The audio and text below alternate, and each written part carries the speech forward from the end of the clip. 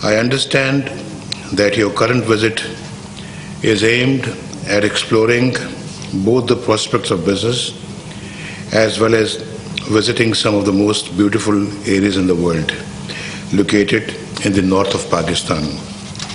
I myself have always cherished my time in those areas, and I am sure that your visit would also be most rewarding in all aspects.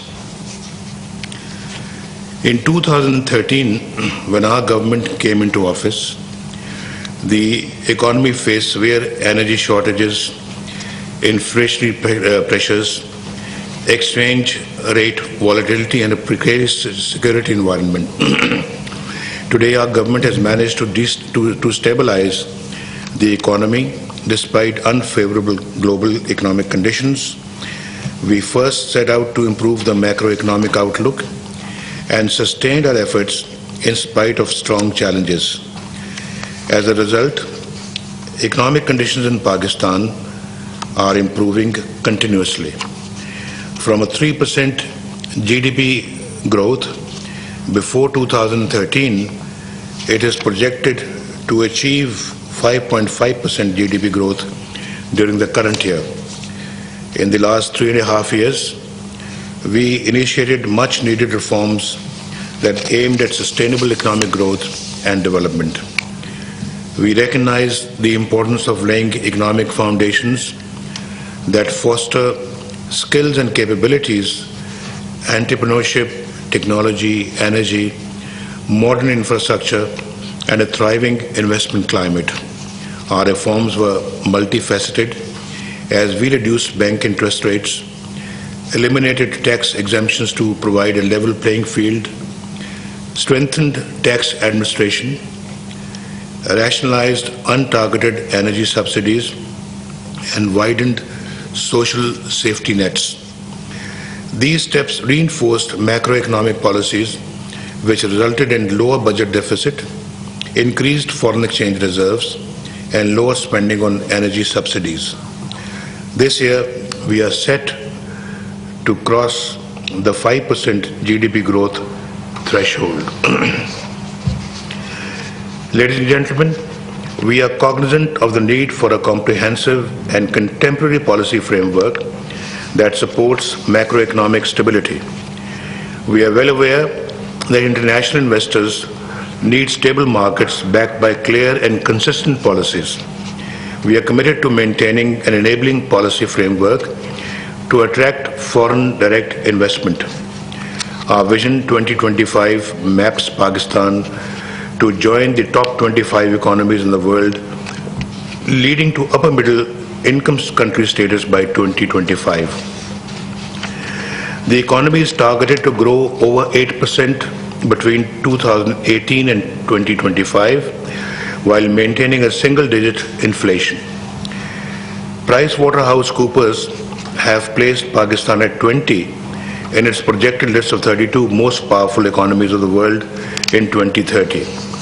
As a result of sustained commitment to reform, key economic indicators have improved since our government was elected in 2013.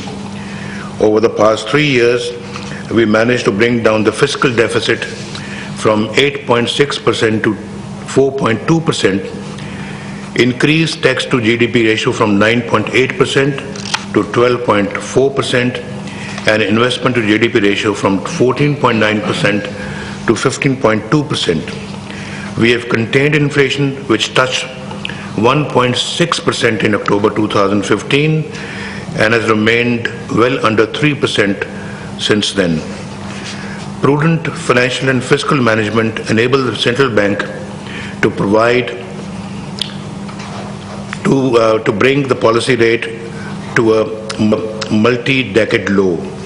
Industrial sector showed remarkable performance and registered a growth of 6.8% during 2015-2016. It is poised to do even better this year and onwards. The consumer market in Pakistan is growing at a very fast rate. The consumer demand of automobiles, housing, and electronics is thriving and providing considerable returns to the corporate sector. The services industry, particularly telecommunication, hospitality, and online retails, are fast growing into attractive areas for investment. Pakistan is emerging as an expanding market for US and European products with a fast-growing middle class, increasing urbanization, growing popularity of international food products, and a rising number of international food chains. Pakistan is poised to become a major destination for international businesses. Our government has devised a comprehensive plan to create investment-friendly environment. We have liberalized investment policies to welcome foreign investments. We offer incentives to attract new capital inflows, including tax exemptions, tariff reductions, infrastructure, and investor facilitation services. Our investment policy 2013 focuses at reducing the cost of doing business in Pakistan, improve ease of doing business with creation of industrial clusters and special economic zones to attract foreign direct investment. All this is protected by legislation. Distinguished ladies and gentlemen, Pakistan's stock exchange has been created to lower fragmentation of the market and bring it at par with global markets. The benchmark index PSC 100 crossed 50,000 recently and is touching new heights. Recently, 40% strategic shares of Pakistan Stock Exchange were sold to a Chinese consortium. This divestment is the first such sale in a bourse in the regional markets, and it also marks first venture of Chinese bourse outside China. The State Bank of Pakistan and Securities and Exchange Commission continue to improve a regulatory environment and oversight of financial and capital markets. Let me, ladies and gentlemen, also draw your attention to Pakistan's strategic location on Asia's premier trade, energy and transport corridor. It is also the gateway to the energy-rich Central Asian states, the financially liquid Gulf states, and the economically advanced Far Eastern economies. China-Pakistan Economic Corridor is a key regional initiative for connectivity and shared prosperity of nations. It is in partnership with China as part of One Belt, One Road vision of President Xi Jinping. Pakistan, located at the intersection of three engines of growth in Asia, South Asia, China, and Central Asia, is uniquely positioned to become a hub to connect a population of over 3 billion in these regions.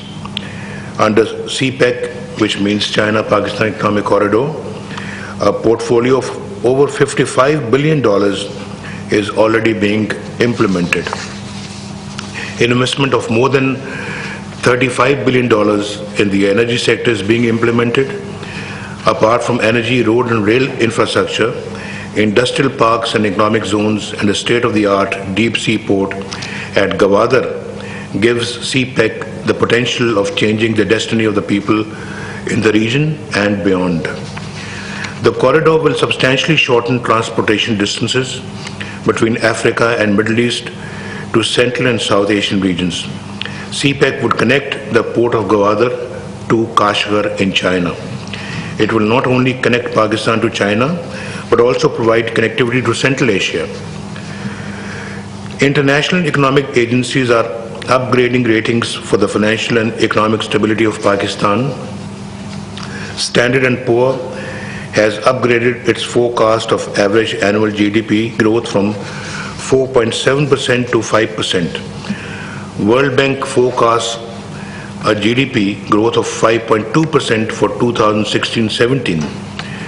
S&P Standard & Poor also expects Pakistan's debt to fall below 60% of GDP by 2018.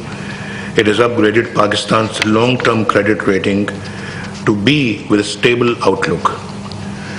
Distinguished ladies and gentlemen, let me conclude by saying that Pakistan with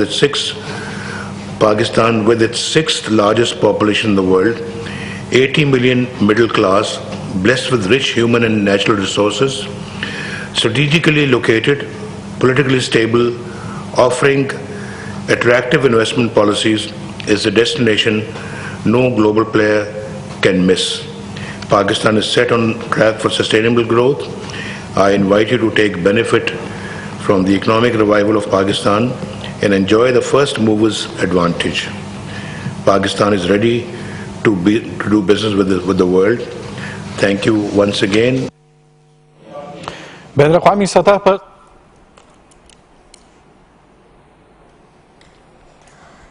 वजीर आजम मियां नवाज शरीफ आलमी company के chief executive से मुलाकात के बाद गुफ्तगू कर रहे